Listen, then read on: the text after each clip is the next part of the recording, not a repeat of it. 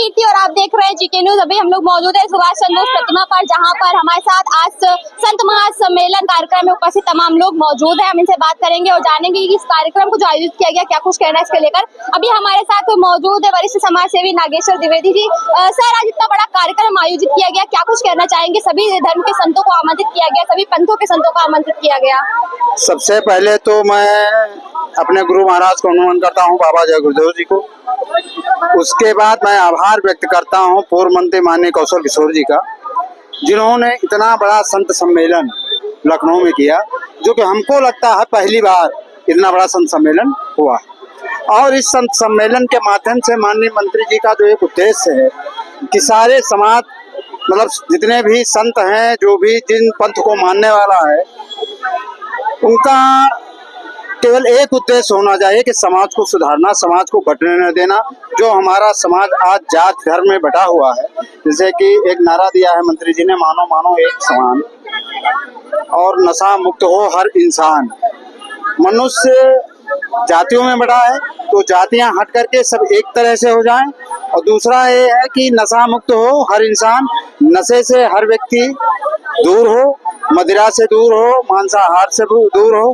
क्योंकि जब इंसान नशा करने लगता है, कोई भी नशा हो, चाहे भांग हो, चाहे गांजा हो, चाहे दारू हो, चाहे स्मैक हो, चाहे हीरोइन, कोई भी जब नशा आदमी कर लेता है तो उसके अंदर मादकता आ जाती है, अपनी बुद्धि को खो देता है। और जब बुद्धि उसकी खो जाती है तो वो तरह तरह के गलत काम करने लगता है और अपराध बढ़ता है। हमारे माननीय प्रधानमंत्री जी का भी यही काम है, उन्होंने भी यही कहा है कि 2047 तक मैं भारत को नशा मुक्त करूंगा। और जब हमारा भारत देश, भारत के नौजवान नशा मुक्त हो जाएंगे तो हमारा देश बढ़ेगा, हमारा भारत विकसित भारत बनेगा, हमारा भारत आत्मनिर्भर भारत बनेगा। इसी चीज को लेकर के हमारे माननीय मंत्री जी ने आज इस संत सम्मेलन करने का काम किया है और एक जनता में संदेश देने का काम किया है कि सभी लोग नशा मुक्त हो जाएं और मांसाहार से दूर। मंत्री जी का जो एक आज स्लोगन था, उसमें ये भी कहा गया कि जाति पात का मिटे निशान।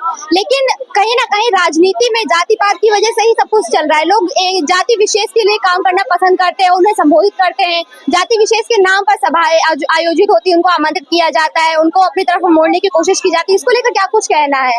एक चीज मैं आपको बता दूं कि हमारे गुरु महाराज संत उमाकांत महाराज भी मंच के माध्यम से एक चीज बताते हैं कि जातिवाद, परिवारवाद, भाईवाद, भतीजावाद, ये सब खत्म हो जाना चाहिए। और एक दिन ये सब खत्म हो जाएंगे, कुछ भी नहीं बचेगा। जातिवाद भी नहीं बचा, जातिवाद की जो राजनीति करने वाले लोग हैं उनकी राजनीति खत्म हो जाएगी। केवल अभी जो मैंने बताया, जो मंत्री जी ने भी बताया कि मानो मानो एक समान, मानो एकजुटता होनी चाहिए, राजनीति उसी से चलेगी। आत्मनिर्भर भारत तभी बनेगा जब हम सभी लोग मांसाहार से दूर रहेंगे और नशे से दूर रहेंगे। जातिवाद पे राजनीति ज्यादा दिन चलने वाली है। लोग तो कहते हैं कि मांसाहार खाने से कुछ होता नहीं, डॉक्टर सजेस्ट करते हैं आपको शारीरिक ताकत चाहिए तो आप मांसाहार का सेवन करिए, मछली का सेवन बता देते हैं, अंडे का सेवन बता देते हैं। ये डॉक्टर भी कम बुद्धि के हैं और उनको हम कह देंगे ये पागल है, वो साइंस की बात बताते हैं। लेकिन कुदरत कभी ये नहीं कहती कि आप मांस खाइए, मदिरा पीजिए। और ये जैसे अंडा खाने के लिए डॉक्टर बोलते हैं, अंडा कितनी गंदी चीज होती है आप सब लोगों को पता होगा। आप लोगों की कि अंडा क्या है, अंडे से ही बच्चा पैदा होता है। कितना गंदा खून उस अंडे में जमा होता है, कितना गंदा खून, वो भी एक मुर्गी का, और उसको बड़े चाव से लोग खाने का काम करते हैं। एक उदाहरण मैं देना चाहता हूँ आपको।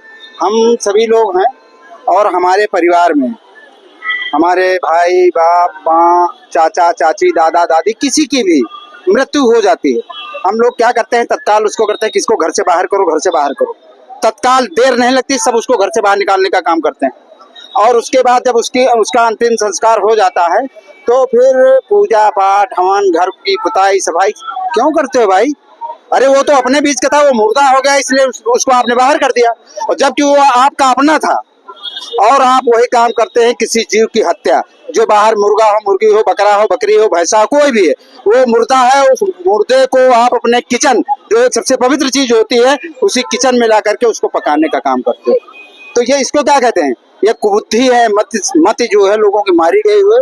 इसी को शुद्ध करने की जरूरत है, इसी को सही करने की जरूरत है और इन सब चीजों से दूर रहने की जरूरत है। आपको क्या लगता है, क्या इतने बड़े कार्यक्रम के बाद कुछ फर्क पड़ेगा समाज में? देखिए, समाज में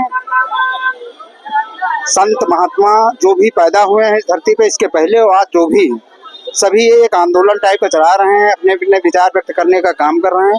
और लोगों में सुधार आता जा रहा है। एकदम से कोई चीज ठीक नहीं होती, लेकिन इसी तरह के अगर कार्यक्रम निरंतर होते रहे तो मैं समझता हूँ काफी सुधार आएगा लोगों के बीच में, नौजवानों के बीच में सुधार आएगा और हमारा समाज अच्छा होगा। आप क्या कुछ कहना चाहेंगे? इतने बड़े कार्यक्रम में आप लोग उपस्थित रहे, महिलाएं हमारे साथ मौजूद है, क्या कहना चाहेंगे? हमें लगता है कि जो है अब ये चल रहा है, इतने समय आप देख रहे हो नशा वगैरह इतना चल रहा है, कोई भी इंसान इसको मानने के लिए तैयार नहीं है। तो हमें लगता है अगर ये सब चीजें देखने के बाद उसको समझ नहीं आया तो हमें लग रहा है कि उसकी बुद्धि भ्रष्ट हो गई है। पुरुषों के साथ साथ महिलाएं नशे की तरफ काफी बढ़ रही हैं, क्या कुछ कहना चाहेंगे? आप भी इसी समाज में महिला भी है, क्या कुछ कहना चाहेंगे? मैं महिलाओं को यही कहना चाहूंगी, आप अपने परिवार अपनी फैमिली को देखिए, क्योंकि वो बहुत जरूरी है, उनका भविष्य है बच्चों का। अगर आप अभी नशा कर रहे हो फिर कल को आपके बच्चे भी करेंगे तो उसमें कोई भविष्य नहीं है उनका, ये तो भविष्य खराब कर रहे हो ना। पेरेंट्स होके खुद आप अपने बच्चों का भविष्य खराब कर रहे हो। तो मुझे लगता है कि आप अपने परिवार को संभालिए और ये नशा जो है बिल्कुल छोड़ दीजिए। आप क्या कुछ कहना चाहेंगे? हमने महिलाओं से भी बात की, लोग कह रहे हैं कि परिवार की जिम्मेदारी महिलाओं पर होती है, महिलाएं आज पुरुषों की बराबरी करने के लिए या कहते हैं कि समाज में अपना समान हक मांगने के नाम पर नशे की तरफ बढ़ रही हैं। हाँ, तो सबसे पहले महिलाओं की जिम्मेदारी होती है, चाहे हमारी माँ हो, बहन हो, जैसे बच्चा हुआ।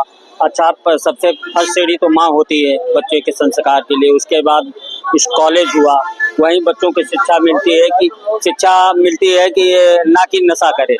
और आजकल के बच्चे जैसे कि संगत में जा कर के बहुत बड़ा नशा, दारू और सिगरेट हुई, पान गुटखा हुआ। तो इसी उस क्रम में आज ये सम्मेलन हुआ, बच्चे भी आए थे और महिलाएं भी हैं, पुरुष भी हैं, हर संत समाज, हर मतलब उसके संस्था के सब संत लोग थे। तो इसी का ये किया गया माननीय मंत्री जी जो द्वारा, तो ये अच्छी पहल है और जागरूकता लाई जाएगी, धीरे धीरे ये कम होगा नशे का। तो जैसा कि आपने देखा यहाँ उपस्थित तमाम लोगों से हमने बात की, हमारे साथ समाज के वरिष्ठ समाज सेवी नागेश्वर द्विवेदी जी भी मौजूद रहे, जिनका साफ तौर पर ये कहना है कि इंसान को नशा मुक्त होना चाहिए। और आज ये जो कार्यक्रम किया गया है, कहीं ना कहीं इसके बाद लोगों के अंदर नशे को लेकर के जागरूकता पैदा होगी, क्योंकि नशा बराबरी करने की कोई चीज नहीं। जिस तरह से महिलाएं लगातार नशे की तरफ बढ़ रही है, वो बराबरी करने की कोई विषय नहीं है। और महिलाओं को ये समझना चाहिए कि उनके परिवार पर भी इसका एक बड़ा असर पड़ेगा। और साथ ही जातिवाद को लेकर के जिस तरह से यहाँ पर तमाम बातें कही गई कि समाज में जातिवाद जब तक रहेगा तब तक देश विकसित नहीं हो सकता, आगे नहीं बढ़ सकता। इसलिए इस जातिवाद को मिटना होगा, नशा को मिटना होगा, तब हमारा समाज एक होगा, हमारा देश आगे बढ़ेगा। कैमरा पर्सन के साथ में कीर्ति, आप देख रहे हैं।